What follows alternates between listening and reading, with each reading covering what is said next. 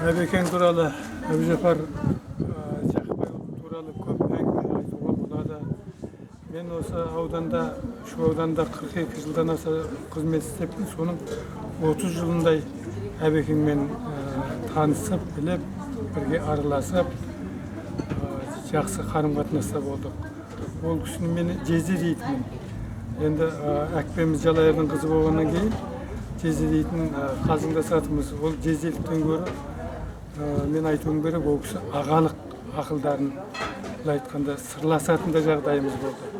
Ол кісінің орны біз үшін, отбасымыз үшін ерекше.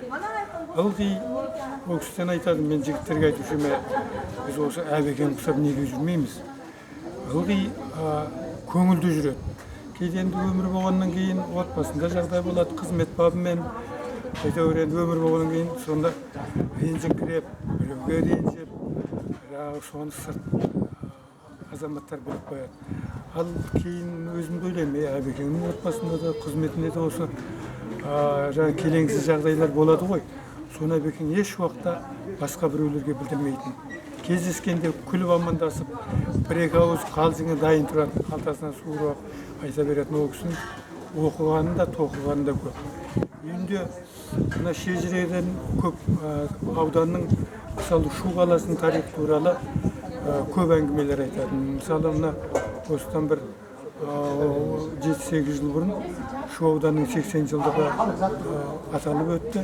Сонда үлкен тойға энциклопедияға ол кісінің қосқан үлесі зор. Қайта оны мойындау керек.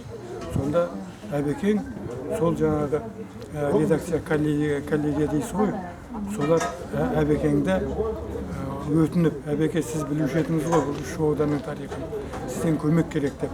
Соған былай айтқанда бәлсінбей, білетіннің бәрін айтып, ол қазір мен әр уақыт айтам, ол кісі Шу ауданның тарихы да, шежіресі де.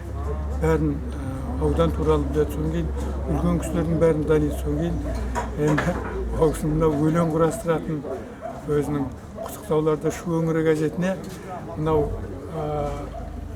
немене дейді, торқалы тойлары болып жатады ғой, мерейлі жасқа келген кезде. Соның көбін осы ақын ата деп Әбекеңнің құрастырып газетке беріп жүргенін білемін. Ол кісі газеттің меншіктен тыс тілшісі, көбінесе ең соңғы мынау қазақ хандығының 550 жылдығына да айтқан пікірлері газетке басылды.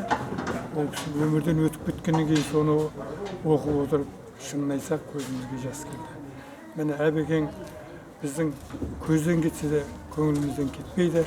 Міне мынау кішкентай Бақытжан деген немересі жүр.